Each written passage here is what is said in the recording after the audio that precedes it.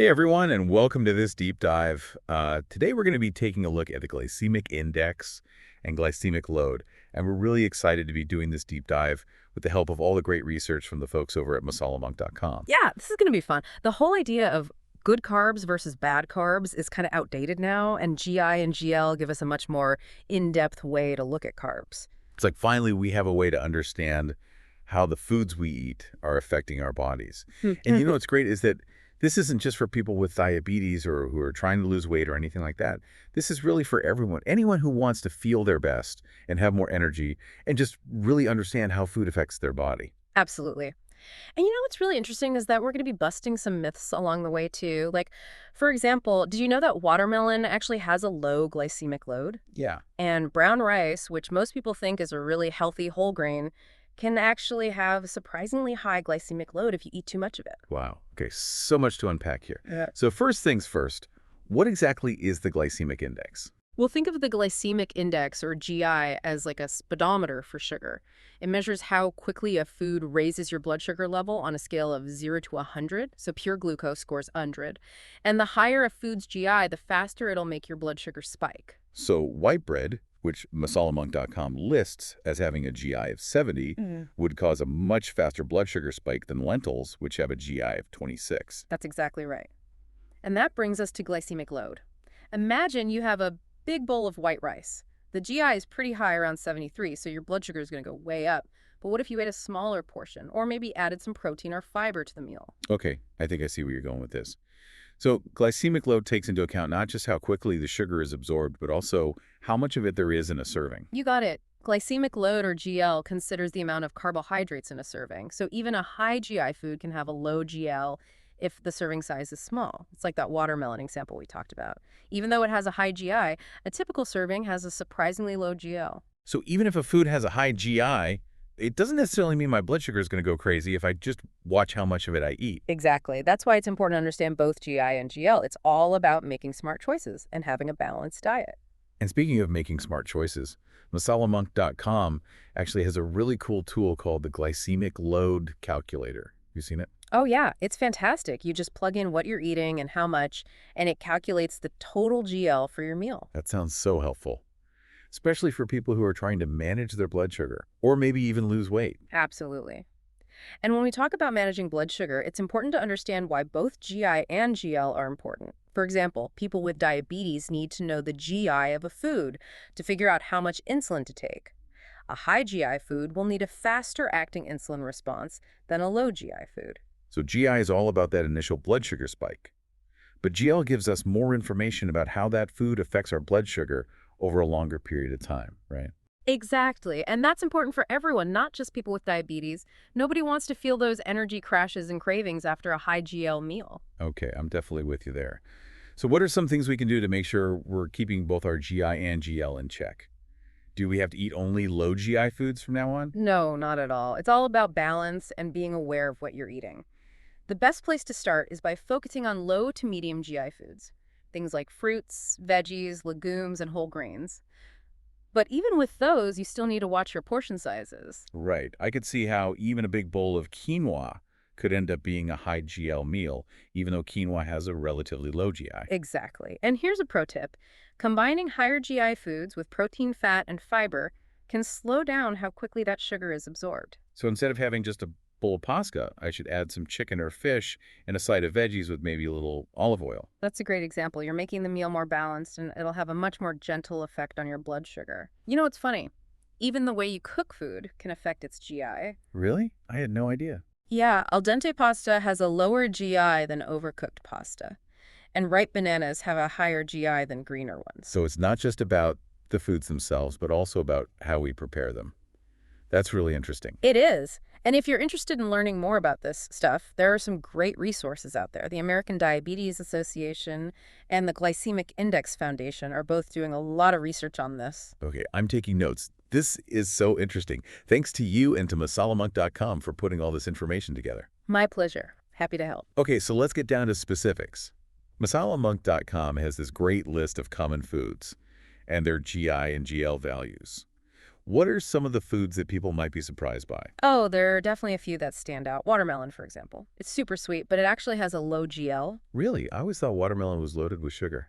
It is sweet, but it's all about the serving size and how those sugars are absorbed. Strawberries, oranges, and peaches are other good examples. They're all low GL fruits that can satisfy your sweet tooth without causing your blood sugar to spike. So what about fruits that have a higher GL? Are those off limits? Not at all. Just be mindful of how much you're eating. Maybe have a smaller portion or pair it with something like Greek yogurt or some almonds to help balance things out. Okay, that makes sense. Now, what about vegetables? Are most of those pretty low in GL? Yeah, most vegetables are really good choices when it comes to keeping your blood sugar stable. They're also packed with nutrients.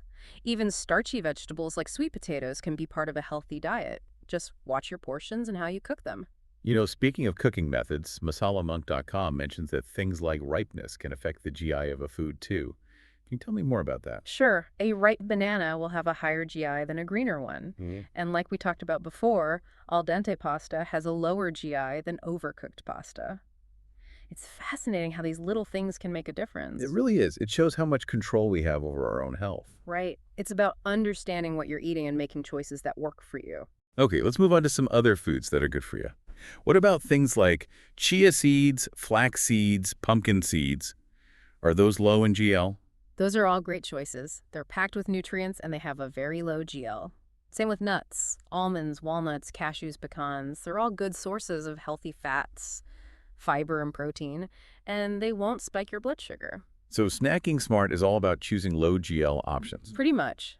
Now, dried fruits can be a little trickier. They're more concentrated in sugar than fresh fruits, so they tend to have a higher GL. So things like raisins, dates, and dried figs should be eaten in moderation. What about dried cranberries? Those are my weakness, but I've heard they can be high in sugar. You're right to be careful with those. They often Yeah. have added sugar, which can definitely increase their GL. It's always a good idea to read the label and look for unsweetened varieties if you can. Okay, good to know. Let's move on to grains. Masalamuck.com mentions millets, which I'm not super familiar with. What are those like? Millets are ancient grains that are becoming more popular these days. They're gluten-free and they have a lot of fiber and minerals. There are different types of millets and they all have different GL, so it's worth checking out the list on masalamonk.com to see which ones are right for you. That's good to know. I'm always looking for new things to try.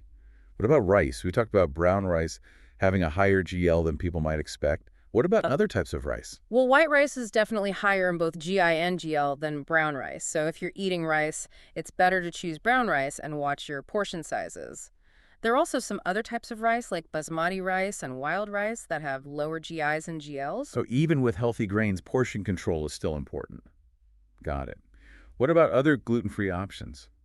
Quinoa and barley are both good choices. They have low GIs and GLs, and they're really versatile. You can use them in all sorts of recipes. And what about wheat and wheat products? I know whole wheat bread and pasta are supposed to be better for you than white bread and pasta. Are those okay? Yeah, in general, whole wheat options are better because they have more fiber, which helps to slow down digestion and keep your blood sugar stable. But you still need to be mindful of the GL and watch your portion sizes. And if you're looking for something even healthier, you could try ancient grains like spelt farro and freekeh. Those tend to have lower GIs and GLs. Yeah, there's so many options. Sounds like we can still enjoy carbs and keep our blood sugar under control. Absolutely. It's all about exploring and finding what works for you. Okay, let's talk about protein. Now, lentils and legumes are really good for you, right? Oh, yeah. They're great. They're full of protein, fiber, and nutrients, and they have low GIs and GLs, so they won't spike your blood sugar. Lentils, chickpeas, black beans, kidney beans, they're all great additions to your diet. And what about dairy? If you like dairy or dairy alternatives, skim milk, plain Greek yogurt, and unsweetened almond milk are all good choices. They're low in GL. And what about cheese? Cheese is good too. Cheddar cheese and cottage cheese both have very low GLs. That's awesome. What about other protein sources like meat and meat alternatives? Chicken breast, tofu, salmon, lean beef tempeh. They're all excellent choices. They all have a GL of 0. Lentil patties and black bean burgers can be good alternatives to regular burgers, but just double check the label because some brands might add ingredients that could increase the GL. Okay, good tip. Yes. It's always good to read the label. Now, what about fats and oils? Are all fats the same when it comes to GL? Not necessarily, but healthy fats like olive oil, avocado oil, coconut oil, and flaxseed oil all have a GL of 0. What about things like butter or ghee? Those have a GL of 0 too. Just remember everything in moderation. Okay, now for the sweet stuff, sugars and sweeteners. This is where things can get a little tricky, right? Yeah, definitely. Stevia is a natural sweetener that has no calories and a GL of 0. So that's a good option if you're trying to manage your blood sugar. What about things like honey and maple syrup? Are those better than white sugar because they're natural? Honey and maple syrup do have some antioxidants, but they're still high in sugar, so it's best to use them sparingly. And what about agave? Agave has a low GI, but it's high in fructose. So again, moderation is key. Okay, so even with natural sweeteners, we need to be careful. What about artificial sweeteners? Artificial sweeteners like sucralose and monk fruit sweetener have a GL of 0. But there's still some debate about whether they're healthy in the long run, so it's probably best to use them sparingly and stick to natural sweeteners whenever possible. This whole list of foods and their GI and GL values from masalamonk.com is so helpful. It's amazing to see how many different foods we can enjoy while still being healthy. It is. And remember, this is just a starting point. Everybody's different, and it's important to pay attention to how your own body reacts to different foods. Keep a food journal or track your blood sugar if you have diabetes, and talk to your doctor or dietitian if you need help figuring out what works best for you. That's really good advice. Hmm. It's all about finding what works for you as an individual. So masalamonk.com also has a section with some common questions about GI and GL. Let's take a look at those. The first one is, how can knowing about GI and GL enhance my diet? That's a great question. Understanding how different foods affect your blood sugar can help you make better choices that will give you more energy, help you manage your weight, and improve your overall health. And like we said before, this is important for everyone, not just people with diabetes. It's like having a superpower when it comes to making healthy choices. I like that. And the next question is about actually using this information. What's a simple way to start using GI and GL in my daily meals? So what are some concrete steps people can take? The main thing is to eat more low GI foods. Pay attention to portion sizes and make sure you're getting enough protein, fat, and fiber. Don't try to change everything overnight. Just start with small changes that you can stick with. Okay, I like that approach. Now, here's a question I think a lot of people might have. Can high GI foods ever be part of a healthy diet? That's a good one. And the answer is yes, but only in moderation. Remember, it's all about balance.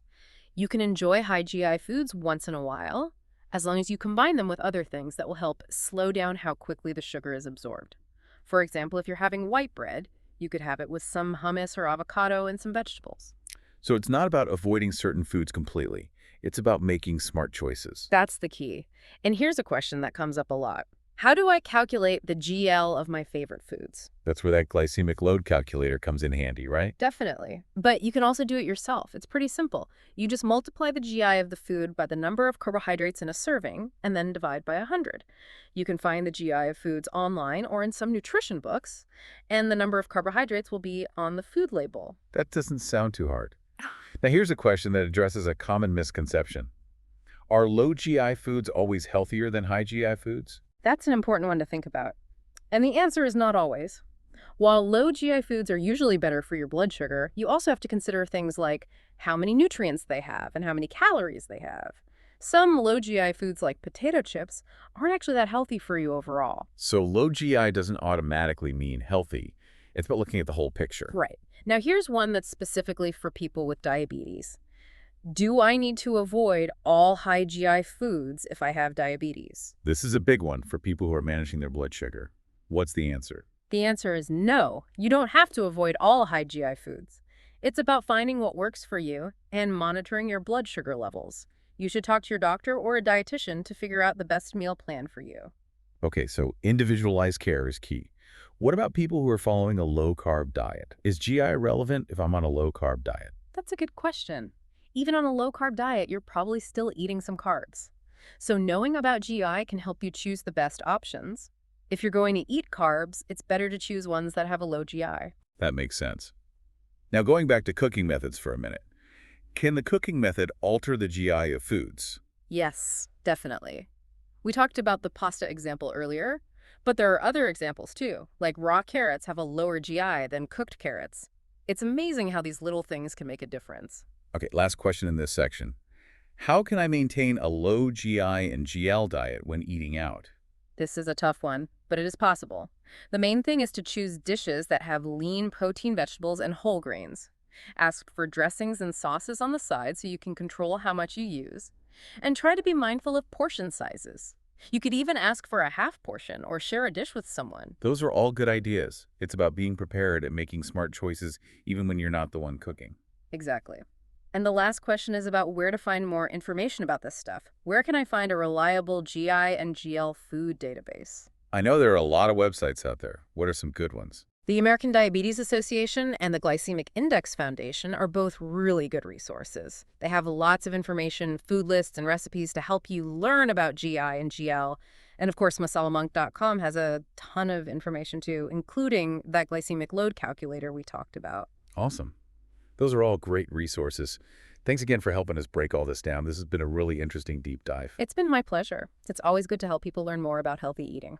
So before we move on to the last part of our deep dive, I want to leave our listeners with something to think about. We've been talking about how choosing low GI foods and eating balanced meals can help keep our blood sugar stable. But what if there's something else going on too? Something else that affects how our bodies process those carbs? Well, there is something else, and it's pretty fascinating. It all comes down to the gut microbiome.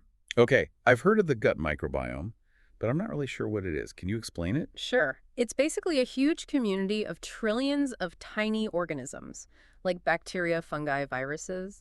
They all live in your gut and work together. So it's more than just helping us digest food. Oh, yeah. It's way more than that. The gut microbiome is involved in so many things, like nutrient absorption, immune function, even our mental health. And when it comes to GI and GL, it plays a big role in how we break down carbohydrates. Okay, I'm listening. Tell me more about how that works. So our bodies can't digest all types of carbs on their own. We need help from those little microbes in our gut. They have special enzymes that can break down the complex carbs that we can't digest ourselves. So they're like our little carb digesting helpers. Exactly. And here's the really cool part. The types of bacteria in our gut can actually affect how efficiently we break down those carbs and how quickly that sugar gets into our bloodstream. Wow. So it's not just about the food itself. It's also about the bacteria that are helping us digest it. That's right. And it makes you wonder, could it be that people with a more diverse gut microbiome are better at handling high GI foods? There's definitely some research that suggests that might be the case. So if someone's gut microbiome isn't very diverse, or if it's out of balance, could that affect their blood sugar control? It's definitely possible. When the gut microbiome is out of balance, it's called dysbiosis. And dysbiosis has been linked to problems with blood sugar regulation and an increased risk of insulin resistance. This is all so interesting. It's amazing how much we're still learning about how our bodies work. I know, right? And even though there's still a lot we don't know, there are things we can do to support a healthy gut microbiome. And that can have a positive impact on our overall health and maybe even how our bodies respond to carbohydrates. Okay, so how do we do that? How do we take care of our gut microbiome? One of the most important things is to eat lots of fiber. Those good bacteria in our gut love fiber. So load up on fruits, veggies, legumes, whole grains. All those things that are good for our blood sugar are good for our gut too. It's all connected. That's so cool. It is. And another good thing to do is eat fermented foods like yogurt, sauerkraut, kimchi, those kinds of things. They have probiotics, which are live bacteria that can help to diversify the gut microbiome. I love yogurt, Yeah. so that's good news. What else can we do? Managing stress is also really important. Chronic stress can really mess up the balance of our gut microbiome. So find healthy ways to de-stress, like exercise, meditation, spending time in nature, whatever works for you. It's amazing to think that something as simple as going for a walk can actually improve our gut health. It's true. It's all about taking care of ourselves, both physically and mentally. This has been such an eye-opening conversation. We started with glycemic index and glycemic load, and we ended up talking about the gut microbiome. It really shows how connected everything is, our food, our bodies, even the tiniest little microbes. I know. It's fascinating. And thanks again to masalamonk.com for putting all this information together. It's a really valuable resource for anyone who wants to learn more about healthy eating. I totally agree. So to wrap things up, what are the most important things you hope people will take away from this deep dive? I think the biggest takeaway is that understanding GI and GL can help you make better choices about what you eat. It's not about cutting out all carbs. It's about balanced portion control and finding what works for your body. Right. It's about being mindful and making choices that make you feel good. Exactly. And the other big takeaway is that the gut microbiome is incredibly important for our overall health. So make sure you're eating plenty of fiber and fermented foods. And don't forget to manage your stress levels. Those are all great tips. Yeah. And I think the most important thing for me is that it's all connected. Our food, our gut health, our lifestyle. It all plays a role in how we feel. I couldn't agree more. It's a complex system, but the more we understand it, the better we can take care of ourselves. So before we say goodbye, I want to encourage everyone to check out the resources we talked about earlier, the American Diabetes Association, the Glycemic Index Foundation, and of course, masalamonk.com. They all have a ton of great information about this. And don't forget about the glycemic load calculator on masalamonk.com. That's a really helpful tool. So all our listeners out there, keep learning, keep exploring, and keep making healthy choices. Thanks for joining us on this deep dive. It's been a pleasure. All right. Until next time, happy and healthy eating.